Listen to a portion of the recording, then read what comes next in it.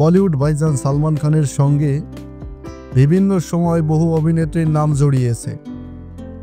তবে ইন্ডাস্ট্রিতে তিনি এখনও চিরকুমার হিসেবেই পরিচিত। তার ভক্তরা আশা করে একদিন হয়তো বিয়ে করবেন তিনি। তবে এই ক্ষেত্রে সালমান খানের দৃঢ় অবস্থান। বিয়ে নিয়ে তার কোনো পরিকল্পনা নেই। একাধিক সাক্ষাৎকারে সালমান এ বিষয়ে কথা বলেছেন। তবে তিনি বলেছেন বিয়ে না করলেও বাবা হওয়ার জন্য এখনও সময় রয়েছে বলে তিনি জানিয়েছেন।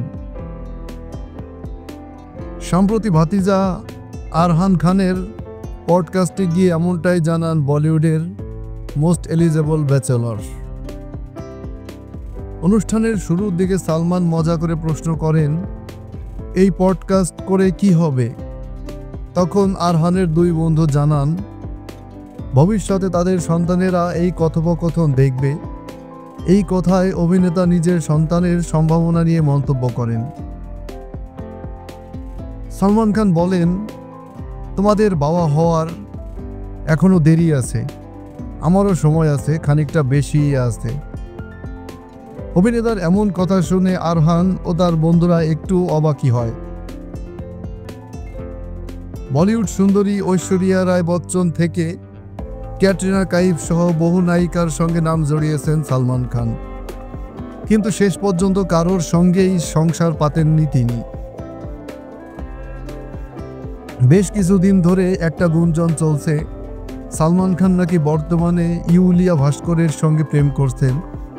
তবে এ নিয়ে ভাইজান বা ইউলিয়া কেউই কোনো কিছু বলেনি।